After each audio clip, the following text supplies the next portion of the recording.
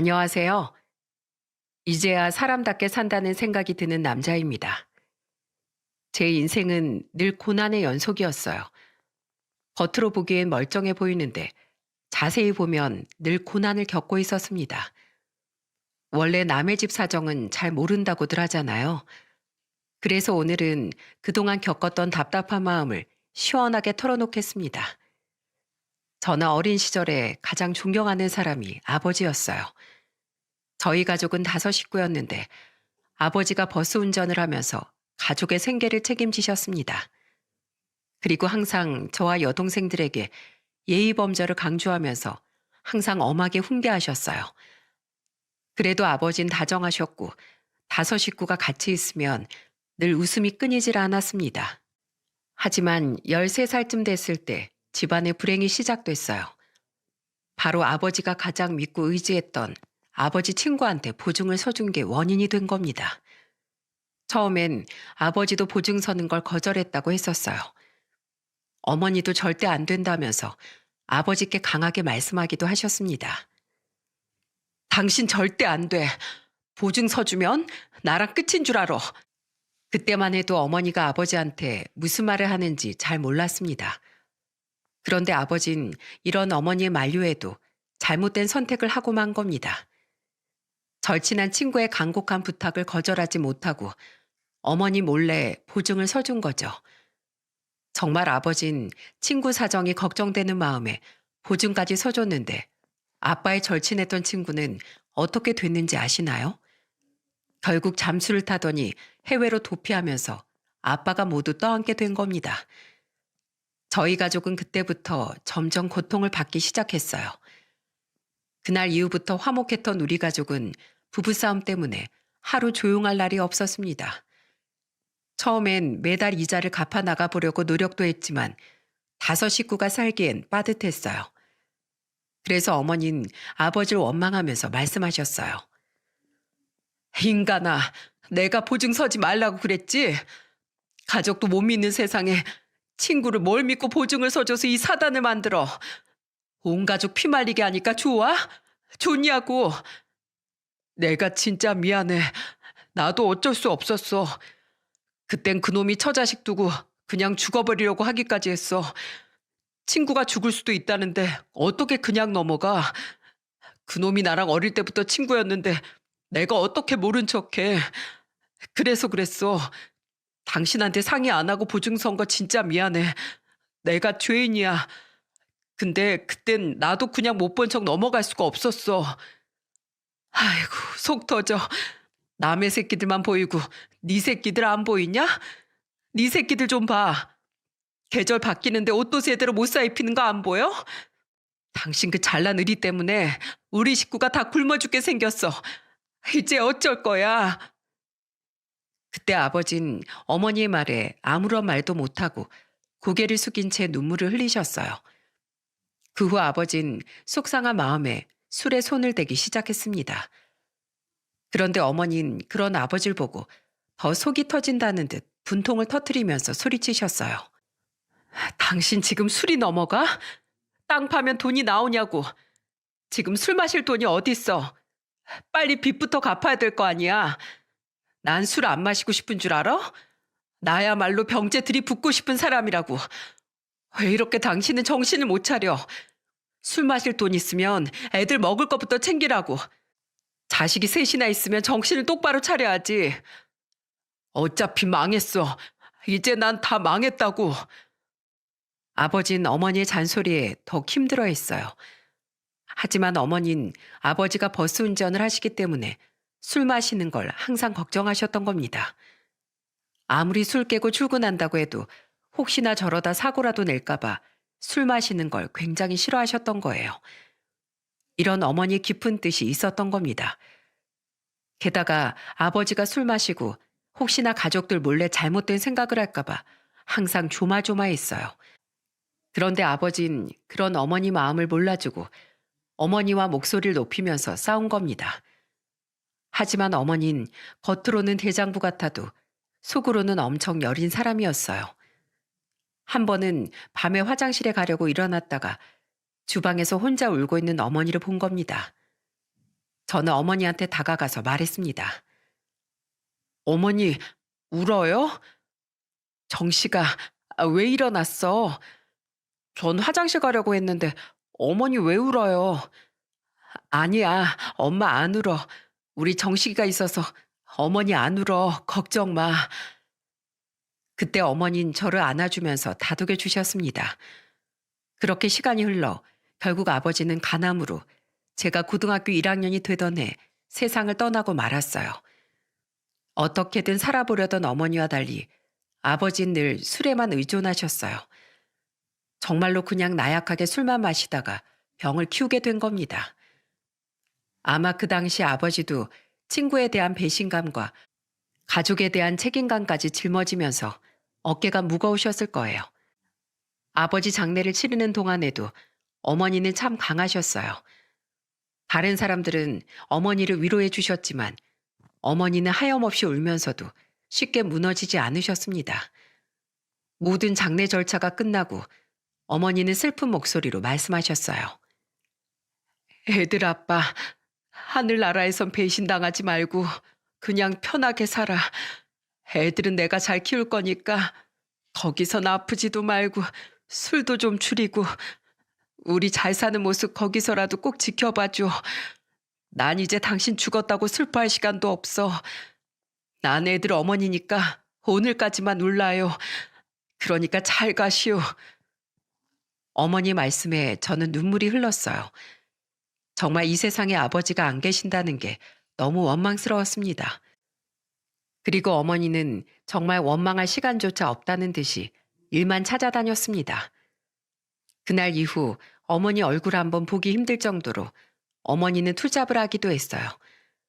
처음엔 식당에서 일을 하기도 했고 어떨 땐 파출부 그리고 부업으로 전단지까지 정말 안 하는 일이 없으셨습니다. 그 덕분에 우리 삼남매는 어머니의 헌신으로 대학교까지 다 나올 수 있었어요. 정말 대학교까지 졸업한 저를 보면서 다른 사람들은 잘 배우고 잘 컸다고 말하기도 해요.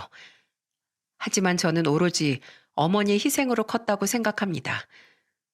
대학생이 됐을 때 제가 제일 존경하는 사람은 아버지가 아니라 어머니라고 할 정도였어요.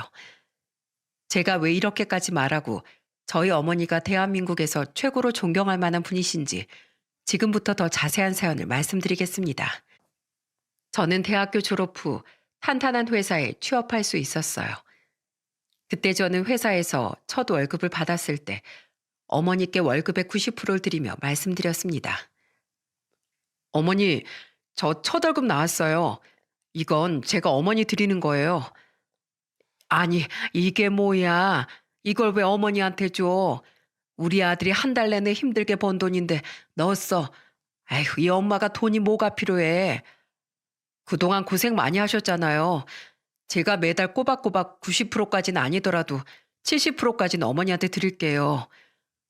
아이고, 됐다, 됐어. 내가 이 돈 받고 편하겠어? 이제 너도 성인이 됐으니까 네 돈은 직접 관리할 줄 알아야지. 이건 내가 안 받을 거니까 적금을 들던지 통장에 넣어두던지 해. 알아서 재테크 좀 해봐. 이 엄마는 아무것도 필요 없다.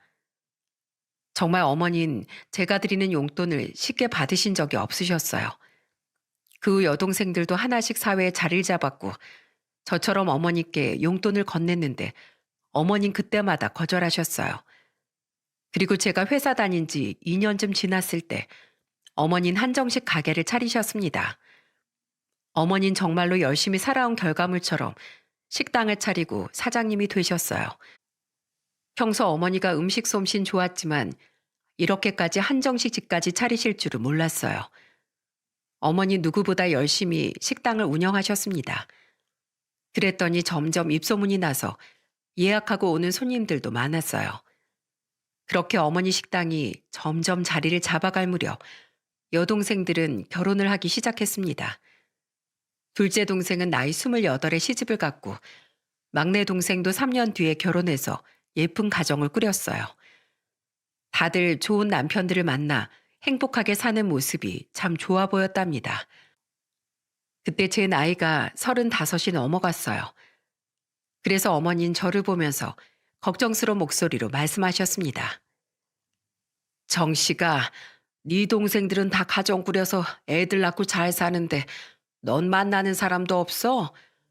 허구한 날 집에만 있는데 여자가 생기겠어? 어머니, 전 집이 좋아요. 뭘 집이 좋아? 너 내일부터 퇴근하면 9시 전에 집에 들어오지 마. 알았어? 그런다고 여자가 생겨요? 왜 그렇게 절 쫓아내려고 그래요? 남자는 가정을 꾸려야 사람이 되는 거야. 그리고 엄마한테 효도하는 건 네가 장가가는 거야. 솔직히 저는 결혼에 큰 관심이 없었어요. 그래서 짝을 굳이 찾으려고 하지도 않았고 연애를 한 3번 정도 해봤지만 다들 인연이 아니었기 때문에 다 헤어진 상태였습니다. 하지만 어머니는 제가 가정을 꾸리고 행복하게 살기를 바라셨던 거예요. 그때만 해도 저는 어머니 말씀을 한 귀로 듣고 흘려들었어요. 그렇게 또 2년 정도 흘렀을 땐 한 친구한테 전화가 왔었습니다. 정식아, 너 있잖아. 이번 주말에 뭐해? 배드민턴이나 치러 가거나 등산하러 갈 것 같은데 넌 아직도 그렇게 취미생활만 갖고 있냐? 여자 좀 만나야지. 나 친한 후배 있거든. 성격도 좋고 또 인상도 좋으니까 한번 만나볼래? 너 그러다 눈 깜박하면 40대야.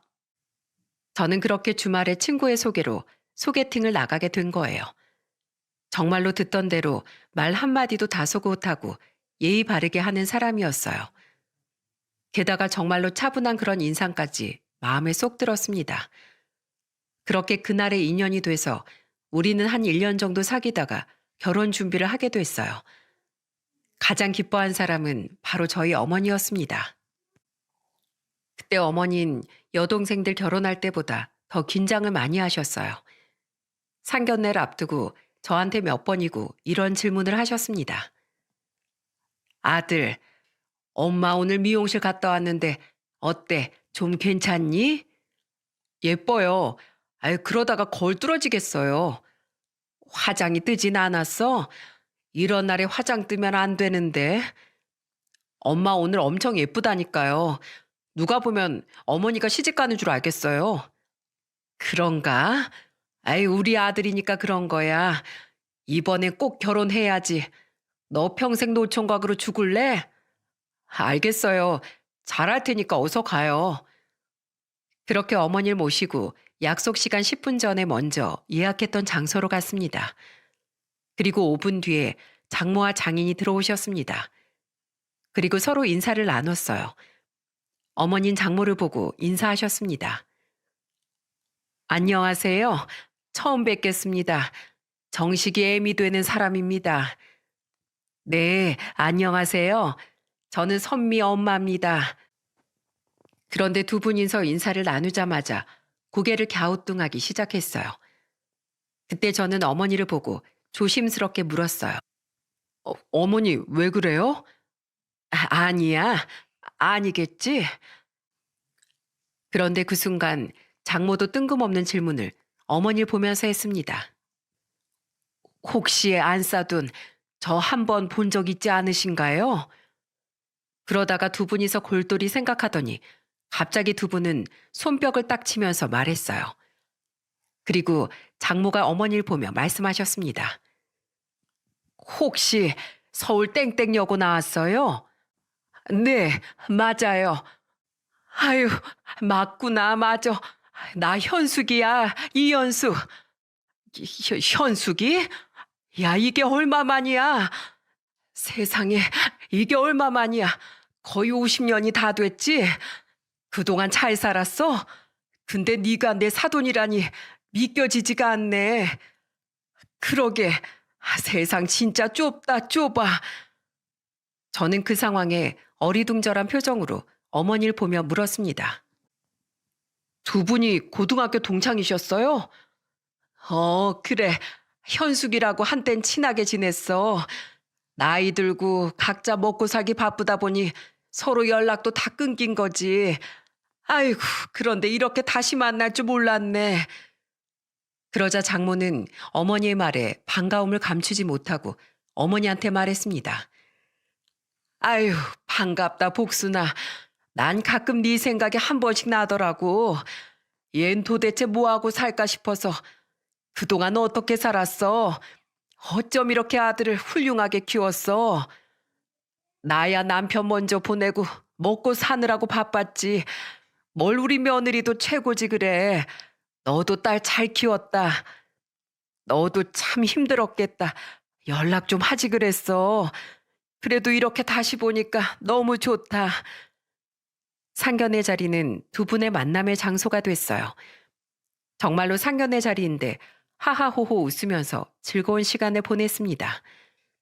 하늘이 맺어준 인연이라는 게 있는 건지 저희는 화기애애한 분위기 속에서 상견례를 끝냈어요. 그리고 양가의 축복 속에서 행복한 결혼식을 올렸습니다. 그 당시 장모는 딱히 하는 일이 없었어요. 장인도 정기적으로 하는 일이 없어서 처가 같은 경우엔 집안 형편이 좋지 않았습니다. 그래서 어머니는 가지고 계신 아파트 중에 하나를 저와 아내가 살 수 있게 내어주셨어요. 평소에 부동산 투자에 관심 많던 어머니가 전세로 살던 사람들이 전세 계약이 거의 끝날 때쯤에 저희 부부한테 집을 내어주셨던 겁니다. 하지만 명의를 바꿔주신 건 아니었어요. 그때 어머니가 저와 아내를 앉혀놓고 이런 말씀을 하셨습니다. 내 아파트 들어가서 살면 되니까 거기서 살림 차려. 대신에 당장은 내가 명의는 못 바꿔줘. 그래도 다 너희를 위한 거야. 내 마음 알지? 그때 제 아내가 어머니를 보면서 놀란 목소리로 말했습니다. 그것도 감사해요, 어머님. 요즘 집 구하기가 얼마나 힘든데요. 이렇게 신혼집까지 준비해 주셔서 너무 감사합니다. 그래, 이해해줘서 고맙다. 네가 자식 낳고 둘이 정말 좋은 모습으로 잘 살 때 그때 명의를 바꿔주마. 내가 며느리 널 못 믿는 게 아니라 요즘에 세상이 워낙 흉흉하잖아. 나도 이렇게 부동산 자산 마련하기까지 피땀 흘려서 일군 거야. 그러니까 내가 함부로 줄 수 없지 않겠니? 그래도 살면서 너희가 좋은 모습만 보여주면 꼭 너희들한테 명의 넘겨줄게. 네, 어머님, 감사드려요. 저는 어머니의 깊은 뜻을 이해할 수 있었어요. 아내도 그런 어머니의 말씀을 이해하고 따랐습니다. 아파트 명의와 상관없이 저희는 정말 행복한 결혼 생활을 시작했어요. 아내는 결혼한 지 5개월 만에 임신하면서 출산 준비를 시작했죠. 태어날 아기만을 기다리면서 저희 부부 얼굴에는 미소가 떠나질 않았습니다. 모든 게 행복하다고 생각될 무렵 어머니한테서 다급한 전화가 걸려왔어요. 정식아, 너 회사야? 네, 무슨 일 있으세요? 혹시 네 장모 연락되니? 장모님이요? 엊그제까지만 해도 아내하고 통화한 것 같던데요.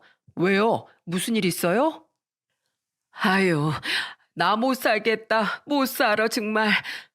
왜 그러세요? 무슨 일이신데요? 내가 너한테 말 안 하려고 했는데 나도 환장하겠다. 석 달 전에 한 달만 쓰고 준다고 해서 2천만 원을 빌려줬는데 전화도 안 받고 이거 어찌해야 되는 거야? 네? 왜 저한테 말 안 하셨어요? 네 장모가 애들한테 창피하다고 말하지 말라고 부탁해서 그랬어. 엄마 친구잖아. 그래서 참고 기다려줬더니 완전히 내 연락까지 안 받고 있어. 아휴, 이걸 어쩐다니. 일단 알겠어요. 제가 집에 가서 아내한테 말해볼게요. 저는 어머니의 말에 깜짝 놀랐어요. 그리고 집에 가자마자 아내한테 이 상황을 전달했습니다. 모든 걸 다 알게 된 아내는 노발대발 화를 내면서 장모한테 전화했어요. 엄마, 우리 어머님한테 돈 빌렸어? 네가 그걸 어떻게 알아? 걔가 너한테 다 말했어? 그렇게 말하지 말라고 했더니 입이 왜 이렇게 가볍다니? 엄마, 돈 빌려갔으면 제때 갚아야지. 늦어질 것 같았으면 늦는다고 사과하고 어머님한테 연락을 드렸어야지. 대체 왜 연락을 피하는 거야? 돈을 못 주니까 그랬지. 나라고 뭐 잠수 타고 싶었겠어? 못 갚을 돈을 왜 빌려? 대체 왜? 그 돈 어디다 쓴 거야? 네 아버지 지금 10년째 놀고 있는데 아이, 그럼 우린 뭐 먹고 살아? 나도 목구멍이 포도청이라 돈 빌린 거라고. 그럼 돈을 갚지도 못하면서 이렇게 돈을 빌렸단 말이야? 은행에서 대출이라도 해서 주려고 했는데 대출이 안 된다는 걸 어떻게 그럼. 나 진짜 어머님 얼굴 어떻게 보라고 그러는 거야. 왜? 당장 어머니께 전화 드려. 당장. 못 갚아도 전화해서 해명하라고. 그때 아내는 장모한테 소리치고 전화를 끊어버렸어요.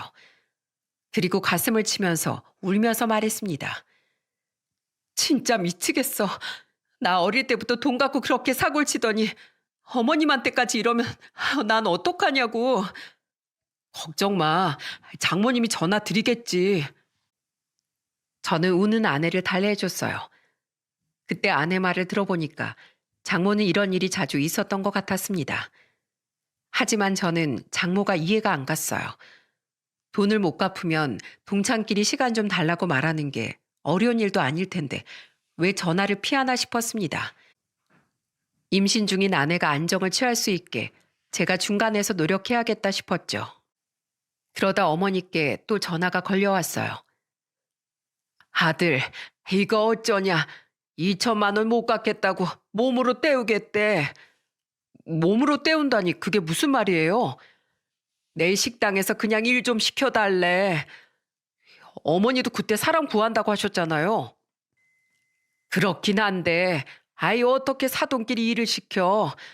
내가 함부로 말도 못하고 지시도 편하게 못할 텐데 눈치가 보여서 어떻게 일하겠어. 근데 또 일을 안 시키면 돈을 못 받을 것 같은데 어떡하냐. 그러면 어머니가 잘 판단하세요. 두 분 일이시잖아요. 알았어. 며느린 괜찮다고 하는데 난 괜히 너희가 불편할까 봐 그렇지. 저도 괜찮아요. 어머니가 편한 대로 하세요. 이때 어머니가 마지막까지 저한테 물어본 이유는 아내한테 미안해서 그런 거였어요. 아무래도 같은 어머니들끼리 일을 시킨다는 게 기분이 안 좋을 수도 있으니까요. 그래서 결국 어머니는 식당에서 장모를 고용해서 일하게 된 겁니다. 조건은 한 달에 300만 원 받고 매달 200만 원을 갚는 조건이었어요. 나중에 들어보니까 어머니는 끝까지 고민이 많으셨는데 장모가 제발 일 좀 시켜달라고 맨날 찾아왔다고 하는 겁니다. 그래서 어머니는 결국 장모와 같이 일하게 된 거예요. 하지만 두 분이 같이 한 곳에서 일하는 게 잘 맞았겠습니까? 정말 그때부터 저와 아내의 전화는 쉴 틈 없이 울리기 시작했어요. 한 번은 아내와 밥을 먹고 거실에서 TV를 보고 있었어요. 그때 아내한테 장모가 전화를 한 겁니다. 선미야, 나 진짜 네 시어머니 너무 안 맞아. 엄마 왜 또? 뭔데 그래? 내가 오늘 음식 나르다가 미끄러져서 음식을 다 쏟은 거야. 근데 그걸 가지고 나한테 조심성이 없냐면서 직원들 앞에서 나한테 화를 내는 거야. 나 진짜 이 나이 먹고 너무 서럽다. 너무 속상해서 지금 혼자 소주 한 잔 마시고 있어. 엄마, 우리 어머님 식당 바쁜 거 알고 들어간 거 아니야? 그리고 바쁠 때 어머니가 음식을 쏟았는데 좋은 소리가 나오겠어? 안 봐도 비디오야. 엄마 조심성 없는 거 내가 다 알아. 그러니까 누가 돈을 빌리래? 뭐? 진짜 딸 자식 다 필요 없다더니 넌 내 편 좀 들어달라고 전화했더니 이게 지금 누구 편을 드는 거야? 나중에 네 자식한테 똑같이 당해봐라 어디. 됐어. 끊어. 아내는 장모 전화를 끊고 한숨을 푹 내쉬었어요. 제가 본 것만 해도 그런 전화가 여러 번이었거든요. 하지만 사정은 저도 똑같았습니다. 저도 며칠 후에 어머니한테 하소연 섞인 전화가 걸려왔어요. 아들, 잘 지내? 별일은 없지? 네, 별일 없어요. 이제 다음 달이면 우리 손주 태어나지? 며느린 몸조리 잘하고 있니? 네, 그럼요. 근데 엄마 목소리가 안 좋은데 무슨 일 있으세요? 아들, 네 장모랑 진짜 도저히 같이 일 못해 먹겠다. 나 정말 머리가 깨질 것 같아. 또 무슨 일인데 그래요? 아니, 출근을 10시까지 해야 되는 사람이 오후 2시에 출근하는 게 말이 된다니? 그 10시도 다른 직원보다 내가 생각해서 늦춰준 건데 이젠 자기 마음대로 2시에 온다니까? 물어보면 맨날 여기저기가 아프대. 새벽마다 불면증 때문에 잠을 못 잤다고 핑계만 대고 있어. 그러니까 내가 속이 안 터지겠어? 아휴, 어떡해요? 진짜 이걸 어쩐다니. 어떡하면 좋아? 어머니, 그래도 친구분이잖아요. 둘이 대화를 잘 해보세요. 그놈의 친구가 문제야? 친구만 아니었으면 진작에 잘라버렸을 텐데. 에휴, 이놈의 정 때문에 내가 이러지도 못하고 저러지도 못하고 미치겠다, 정말. 저도 뚜렷한 방법이 없으니까 별다른 말을 할 수 없었어요. 그래서 그저 어머니 말을 들어줄 수밖에 없었습니다. 그러다 장모가 어머니 가게에서 일한 지 한 3개월 정도 됐을 때 또 한 번 일이 벌어진 거예요. 그때쯤 처제가 결혼식을 올렸는데 어머니가 생각지도 못한 말을 한 겁니다. 어머니는 사돈이기 전에 식당에서 일하는 직원이기 때문에 처제 결혼식에 같이 참석하셨어요. 그런데 결혼식이 끝나고 어머니가 저한테 억울한 목소리로 전화를 걸어서 하소연을 하며 말했습니다. 정씨가 네 장모 진짜 해도 해도 너무한다. 엄마 또 왜 그래요? 아우, 난 이제 엄마가 전화하면 무서워. 이번엔 진짜 심각하다니까. 네 처제 이번에 결혼했잖아. 근데 글쎄 나한테 축의금 50만 원밖에 안 했냐고 난리를 치는 거야. 내가 그동안 저한테 얼마나 잘해줬는데 그런 소리를 한다니? 장모님 왜 또 그런 소리를 하셨대요? 이번에도 자기 막내딸 시집 보낸다고 울고불고 얼마나 부탁했는지 알아? 그러면서 차용증까지 쓰겠다고 하면서 나한테 3천만 원까지 빌려갔어. 그래서 어쩌겠니? 그냥 빌려줬지. 나도 딸 시집 보내봤으니까 뭐라도 해주고 싶은 그 마음 다 알지. 그래서 눈 딱 감고 빌려준 건데 어떻게 저런 소리를 할 수가 있어? 차용증까지 썼다고요? 내가 쓰지 말라고 해도 자기도 양심 있는지 꾸역꾸역 쓰더라. 그거 안 쓰면 내가 안 빌려줄 줄 알고 차용증까지 써왔더라고. 그러면서 우리가 어떤 사이인데 축의금을 50만 원밖에 안 하냐고 막 소리를 지르는 거 있지? 50만 원이면 적당히 한 거 아니에요? 그러니까 나더러 최소한 100만 원 했어야 한다는 거야. 내가 진짜 네 장모 때문에 노이로제 걸려서 죽겠어. 아휴, 진짜 우리 장모님 왜 그러시지? 나도 답답하다 답답해. 그래서 나 맥주 한 잔 했다. 저는 어머니의 말에 한숨이 나왔습니다. 어머니는 사실 대장부 같은 성격이지만 속은 여리신 분이었기에 장모의 사정을 듣고 그냥 넘기지 못하신 거예요. 그래서 장모가 그걸 잘 알고 어머니한테 감정팔이를 한 겁니다. 그렇게 어머니 전화를 끊고 마음이 참 안 좋았어요. 저는 두 분이 잘 지내길 바랬는데 장모의 저런 행동들을 보니까 이제 저도 점점 화가 나기 시작했습니다. 그래도 저는 아내가 아직 임신 중이니까 꾹꾹 눌러 참았어요. 그래서 어떤 날은 두 분을 화해시켜 주려고 가게로 간 적도 있었습니다. 두 분이 잘 있나 싶어서 아내와 함께 같이 밥을 먹으러 갔었죠. 그런데 저는 깜짝 놀랄 광경을 목격하고 말았습니다. 장모가 어머니한테 뻔뻔한 목소리로 소리치고 있는 거예요. 복순아, 나 월급 좀 올려주라. 이 정도면 올려줄 때 된 거 아니야? 야, 현수가 300만 원도 너 일하는 시간에 비해서 많이 주는 거야. 당연한 거 아니야? 나 너랑 50년 친구고 사돈이야. 그럼 당연히 다른 사람보단 좀 더 챙겨줘야지. 근데 사돈 대접을 이따위로 해? 잔말 말고 나 100만 원만 더 올려줘. 아, 요즘 8시간이라고 400만 원 주는 식당이 어딨어? 몇 번을 말해. 난 특별 관리를 해야 될 거 아니야. 나 지금 여기서 일하다가 허리 다치고 여기저기 온몸이 성한 데가 없어. 그러면 병원비라도 좀 주던가. 내가 너 보고 일하라고 부탁했어? 어? 네가 우리 식당에서 일하고 싶다고 네가 네 발로 온 거잖아. 그러면서 무슨 돈을 더 달라는 거야? 정말 식당에서 소리를 빽빽 지르면서 다른 직원들도 다 있는데 손가락질하면서 월급을 올려달라고 하고 있는 거예요. 옆에 있던 식당 아주머니가 이런 말까지 하셨어요. 아유, 진짜 우리 사장이 힘들겠다, 힘들겠어. 미꾸라지 한 마리가 진짜 물 흐린다더니 조용했던 식당 다 뒤집어 엎어놓네. 하루도 조용할 날이 없어. 우리 손님이 얼마나 떨어졌는지 몰라.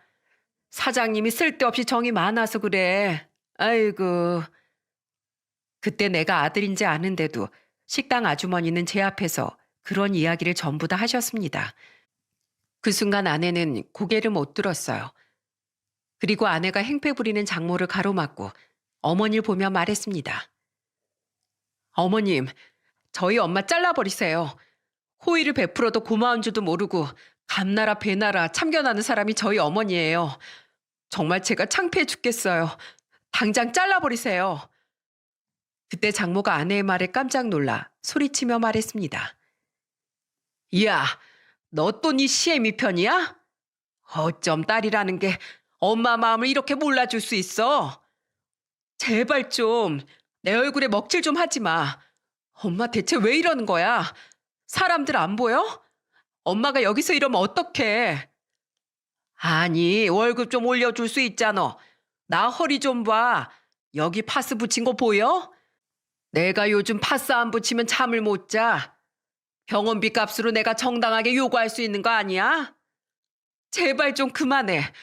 누가 엄마한테 여기서 일 좀 해달라고 애원했어? 엄마 말고도 여기서 일할 사람 줄 섰어. 그러니까 당장 나와. 엄마 당장 나오라고. 아낸 그렇게 장모한테 소리치고 어머니한테 정중하게 말했어요. 어머님 죄송합니다. 저희 어머니 데리고 먼저 가보겠습니다. 실례 많았습니다. 그렇게 말하더니 아내는 한치의 망설임도 없이 장모를 끌고 가게를 나가버렸어요. 장모는 끝까지 억지를 부리면서 고집을 부렸습니다. 내가 왜 나가? 나 일해야 된다니까. 일은 무슨 일이야. 엄마 오늘 여기서 해고됐어. 그러니까 빨리 나와. 아내는 정말 장모를 데리고 나가버렸고 어머닌 거기서 한숨만 푹푹 쉬었어요. 그날 소동은 그렇게 끝이 났습니다. 그때가 장모가 어머니랑 일한 지 꼭 7개월째 되는 때였습니다. 그런데 다음날 장모는 뻔뻔하게 다시 식당에 또 출근했다는 거예요. 정말 대단하지 않나요? 같이 일하던 직원들도 염치가 없는 건지 정말 대단하다고 박수까지 쳤다고 했습니다. 결국 엄마는 받을 돈이 있으니까 꾸역꾸역 참아가면서 장모하고 같이 1년 2개월 정도 일을 더 했어요. 그렇게 어머니한테 빌렸던 돈을 4,200만 원 정도 갚았을 때였습니다. 그때 아내는 멋진 아들을 출산했어요. 저는 아내와 아들을 보면서 행복한 시간을 보내고 있었습니다. 그런데 그때 엄마한테 다급한 전화가 걸려왔어요. 정식아, 네 장모가 연락이 안 되는데 어떡하니? 오늘 토요일이라 예약도 많은데 정신 나간 거 아니냐? 아이고, 내가 진짜 이놈의 여편네 때문에 미쳐버리겠네. 갑자기 안 오신다고요? 어제 무슨 말 없으셨어요? 어제 갑자기 가불이 필요하다고 해서 300만 원 가불 받아갔어. 아휴, 내가 믿고 해줬더니 이제 일 안 나오려고 그랬던 건가 봐. 지금 완전히 일도 다 꼬이고 어쩌면 좋아. 일단 제가 전화 걸어볼게요. 저는 엄마 전화를 끊고 장모한테 전화를 걸었습니다. 그런데 정말 전화를 안 받으시는 겁니다. 그래서 어쩔 수 없이 아내한테 이 사실을 전했고 결국 아내가 전화를 걸었어요. 그런데 또 이상하게 아내 전화는 잘 받으시는 거예요. 결국 아내는 장모한테 화를 내며 소리쳤어요. 엄마, 한창 바쁜 시간에 무단 결근하면 어떡해. 빨리 식당 나가. 나 때려칠 거야. 네 시어머니한테 잔소리 듣는 것도 싫고 꼴에 지가 사장이라고 나한테 일 지시하는 것도 싫다고. 그럼 빌린 돈은 어쩔 거야? 배째라고 해라. 그동안 나 많이 갚았어. 그리고 설마 친구에다가 사돈끼리 그걸 받아내려고 하겠어? 걘 돈도 많은데 그깟 1,000만 원 좀 넘는 돈 별것도 아니야. 엄마, 그런 생각으로 가불한 거야? 대체 인생을 왜 그렇게 살아? 그것도 왜 하필 내 시댁에. 지금 당장 출근해. 당장. 아우 왜 소리 질러? 퇴직금 받았다고 생각하면 되잖아. 진짜 엄마 나랑 인연 끊고 싶어? 진짜 엄마 나랑 인연 끊기기 싫으면 얼른 가서 일해. 빨리. 지금 가도 어차피 일 못해. 지금 내가 간다고 날 반겨주겠어? 그냥 내일 가지 뭐. 근데 우리 손준 잘 있어? 손주 부르지도 마. 창피해 죽겠으니까. 나중에 애가 커서 외할머니 보고 무슨 생각을 하겠어? 제발 그냥 지금이라도 출근해. 빨리. 나 어머님 얼굴도 못 본단 말이야. 결국 아내의 말에 장모는 식당으로 출근했습니다.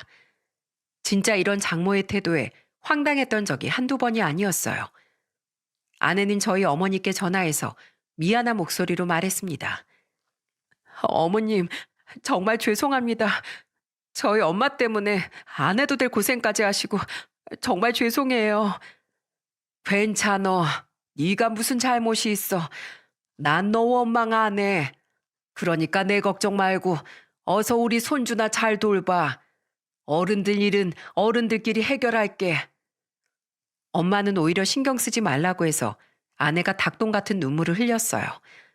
그렇게 일주일 정도 지났을 쯤이었습니다. 그때 아내가 몸이 안 좋아서 급하게 병원에 갈 일이 생겼어요. 그날은 장모가 마침 시간이 돼서 저희 집에 와서 손주를 봐주고 계셨습니다. 그래서 저는 아내를 데리고 병원으로 갔어요. 근데 제가 그때 아내를 챙기느라 전화기를 차에 두고 내린 줄도 몰랐었죠. 아내와 진료를 마치고 나왔는데 어머니께 전화가 걸려와 있었어요. 너 왜 이렇게 전화를 안 받아? 너 지금 어디야? 아, 오늘 아내가 몸이 안 좋다고 해서 병원 다녀왔어요. 근데 무슨 전화를 이렇게 많이 하셨어요? 당장 집으로 빨리 와. 지금 저희 집이세요? 그래, 그러니까 당장 와. 전 엄마가 그렇게 화난 모습을 정말 처음 봤네요. 무슨 일인가 싶어서 아내와 같이 바로 집으로 갔습니다. 그런데 집 비밀번호를 누르고 딱 집에 들어갔더니 저는 눈앞에 펼쳐진 광경을 보고 경악을 금치 못했어요. 그때 어머니는 소파에 앉아서 팔짱을 낀 채 앉아 계셨고 장모는 밑에서 어머니 눈치를 보면서 쪼그려 앉아 있는 겁니다. 누가 봐도 벌을 받고 있는 그런 느낌이었어요. 저는 너무 놀라서 엄마를 보며 물었습니다. 두 분 왜 이러고 계세요? 당장 이 여편네 내쫓아. 어서. 네? 쫓아내요? 아주 여기 있을 자격도 없어. 그러자 장모가 어머니를 보며 애원하듯 말씀하셨습니다. 복순아, 내가 미안해. 그냥 난 장난친 거라니까. 장난? 웃기고 있네. 당장 나가. 도무지 알 수 없는 대화를 하는 두 분을 보고 저는 엄마한테 물었습니다. 대체 무슨 일이길래 그래요? 내가 진짜 살다 별꼴을 다 본다. 그때 엄마는 장모와 있었던 일을 털어놓기 시작했어요. 바로 1시간 전에 있던 일이었습니다. 어머니께서는 며느리 챙겨준다고 집에서 사골국을 만들어서 찾아오셨던 거예요.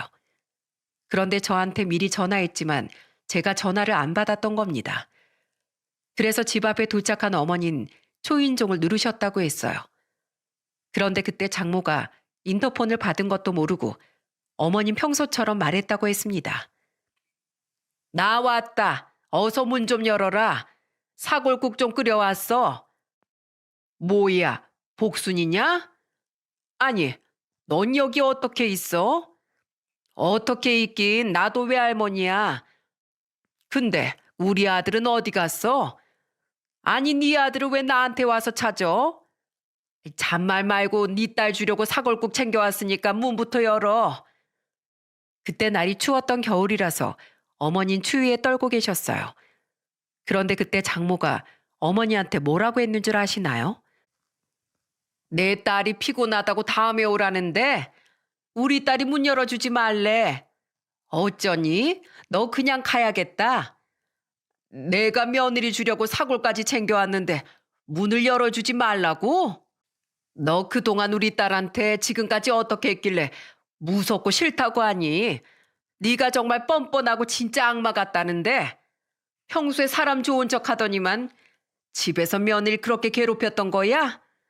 진짜 정신적인 피해 보상 받아야 될 것 같은데? 뭐야? 야, 나 그런 적 없으니까 당장 이 문 열어.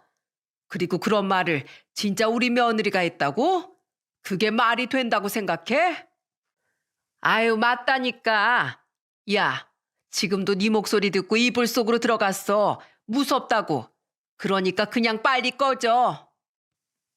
장모의 억지에도 어머니는 흔들림이 없으셨어요.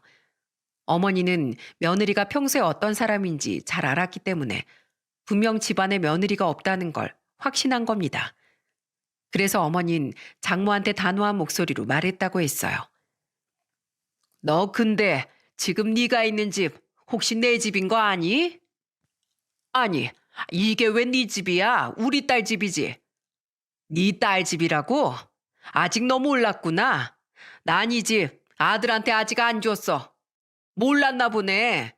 지금부터 내가 뭐 하나 잘 봐. 그렇게 말하고 어머니는 어디로 전화를 걸기 시작했습니다. 아, 네네. 신고 좀 하려고요.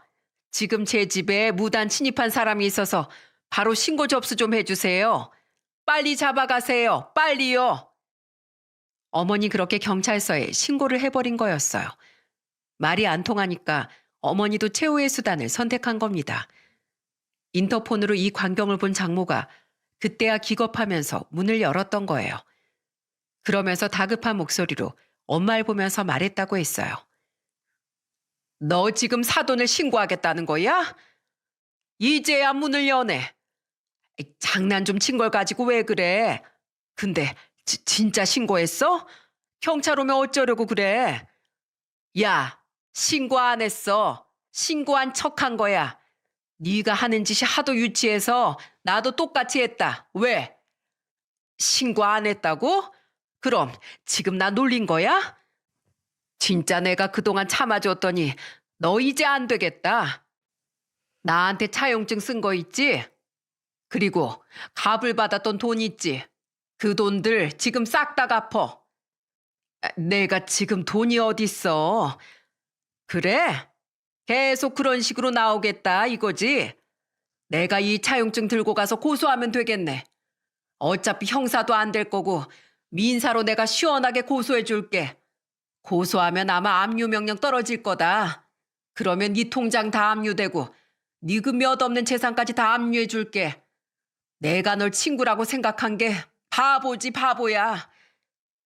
이러면서 어머니는 저한테 전화하셨던 겁니다. 그러면서 저한테 빨리 튀어오라고 하셨던 거예요. 이 모든 사실을 알고 아내는 정말로 또 주저앉아 버리고 말았습니다. 그때 아내는 장모를 보고 소리쳤어요. 이젠 하다하다 어머님이랑 나 이간질까지 시켜? 그냥 날 죽여. 왜 그래 정말. 야, 아니야. 나 정말 장난친 거라니까. 아내는 펑펑 울기 시작했고 장모는 안절부절하고 있었어요. 그리고 장모는 저희 어머니께 빌기 시작했습니다. 복순아, 우리 지금 50년 친구잖아. 다시 너한테 이런 짓 안 할게. 내가 진짜로 잘못했어. 내가 어떻게 하면 되겠어? 어? 한 번만 용서해줘.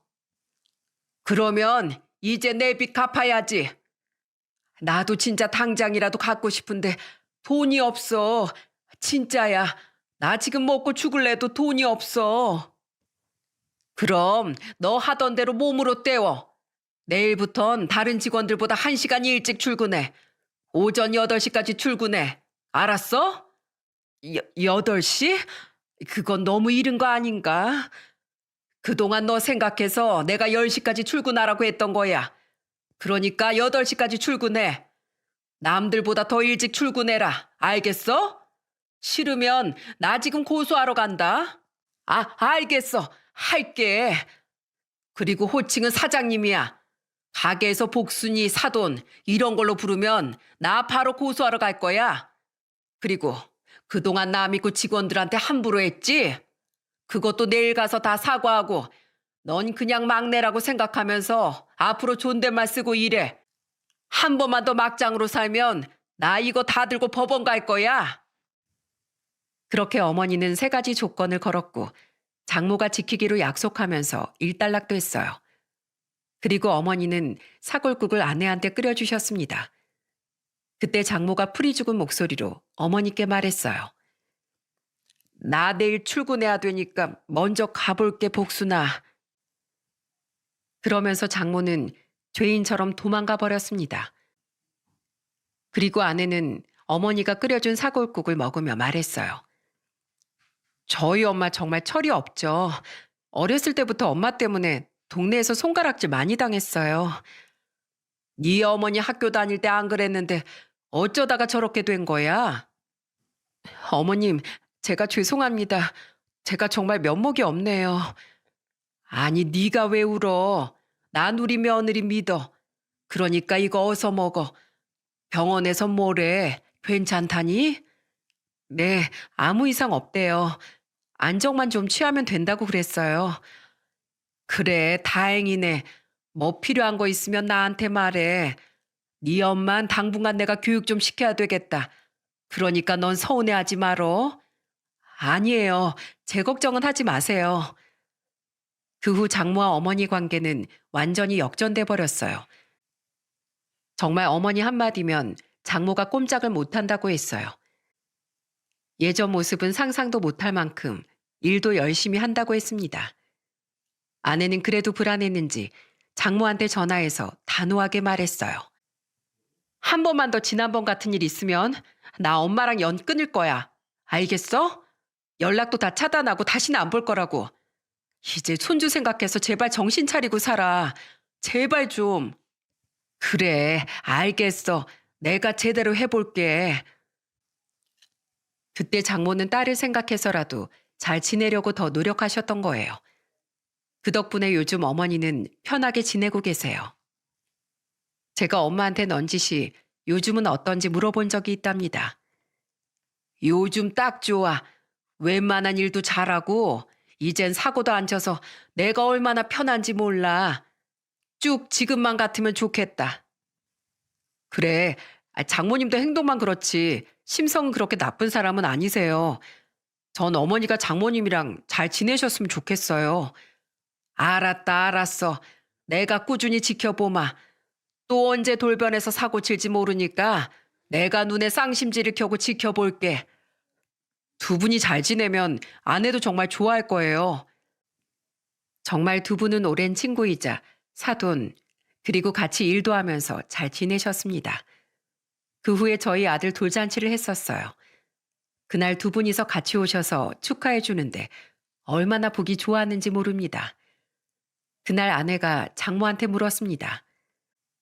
엄마, 요즘은 사고 안 치지? 내가 식당에만 출근하면 무서워 죽겠어. 조그만 실수해도 옛날 학교 다닐 때 학생부 부장 선생님 있지? 꼭 그런 사람처럼 나한테 호통을 친다니까. 내가 무서워서 실수할까봐 긴장하면서 이래. 그러자 엄마가 장모 말을 듣고 어이없는 목소리로 말씀하셨어요. 넌 또 말을 애들한테 왜 그렇게 해? 왜 내가 잘해준 건 말도 안 꺼내? 잘해준 건 잘해준 거고 뭐 내가 한 말도 맞는 말이잖아. 아무튼 우리 딸 걱정하지 마. 나도 이제 정신 차렸어. 앞으로는 좋은 모습만 보여줄 테니까 그동안 내 행동들은 다 용서하거라. 저는 다짐하듯 말하는 장모의 말에 흐뭇했습니다. 저희 어머니는 한때 50년 친구였던 사돈을 도와주려다 역풍을 맞긴 했지만 지금은 모두 다 잘 지내고 있어요. 쉬는 날엔 가까운 데로 둘이 드라이브도 다녀오시고 꽃구경도 다니시는 걸 보니까 보기 좋더라고요. 앞으로도 쭉 이렇게 잘 지냈으면 좋겠습니다.